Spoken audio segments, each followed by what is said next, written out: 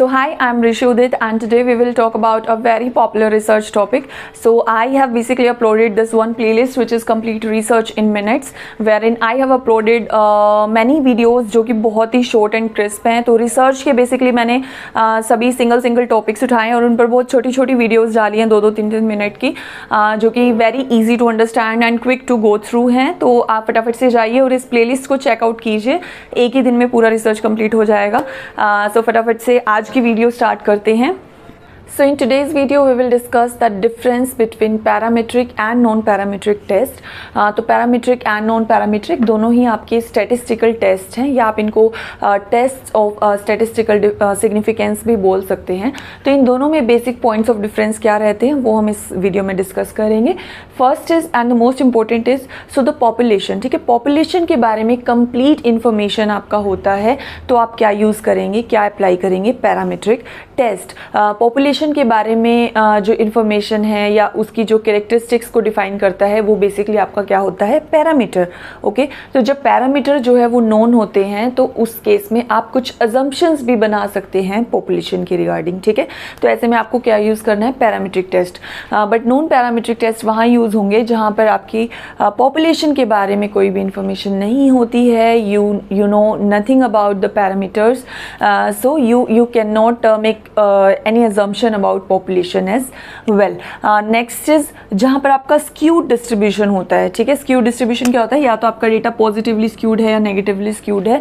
तो जहाँ पर एक्सट्रीम्स पर आपका डेटा जो है वो लाई करता है तो वहाँ पर भी हम क्या यूज़ करते हैं, नॉन पैरामीट्रिक टेस्ट. बट जहाँ पर आपका नॉर्मली डिस्ट्रीब्यूटेड होता है डेटा, नॉर्मल डिस्ट्रीब्यूशन क्या होता है, जहाँ पर एक बेल कर्व शेप्ड आपका डेटा होता है, मोस्टली सेंट्रल वैल्यू के अराउंड ही आपका डेटा लाई करता है, तो वहाँ पर इस तरह के डिस्ट्रीब्यूटेड डेटा में हम क्या यूज़ करेंगे, parametric test. Next is your larger sample size. ठीक है, तो जहाँ पर भी आपका सैम्पल साइज़ काफ़ी लार्ज है या आप कह सकते हैं कि डेटा यूनिट्स आपकी बहुत सारी हैं, तो वहाँ पर भी प्रेफरेबल होता है कि आप पैरामीट्रिक टेस्ट को यूज़ करें.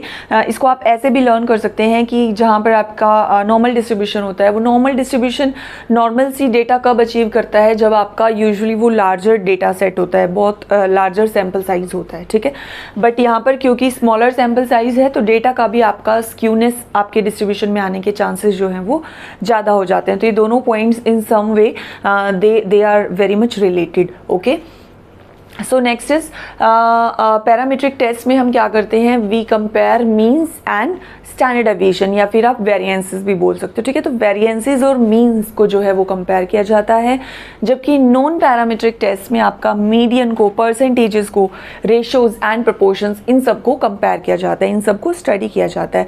नाउ यू विल आस्क कि ऐसा क्यों है. सो मैं इस वीडियो में बेसिकली सिर्फ पॉइंट्स ऑफ डिफरेंसेस को डिस्कस कर रही हूँ. I am not discussing Y.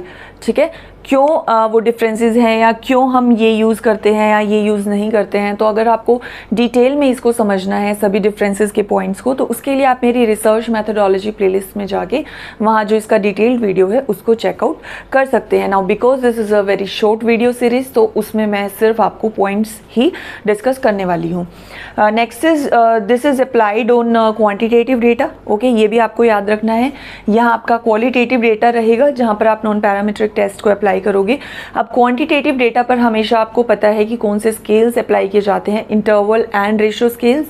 और जहाँ पर आपका क्वालिटेटिव डेटा रहेगा वहाँ पर you will use nominal and ordinal scales. Now these are more powerful test. ये भी आप इसी से ही याद रख सकते हैं क्योंकि यहाँ पर लार्जर सैम्पल साइजेस होते हैं तो वहाँ पर ज़्यादा पावरफुल टेस्ट को अप्लाई करने की ज़रूरत होती है. That's why they are more powerful, but they are less powerful test as compared to parametric test.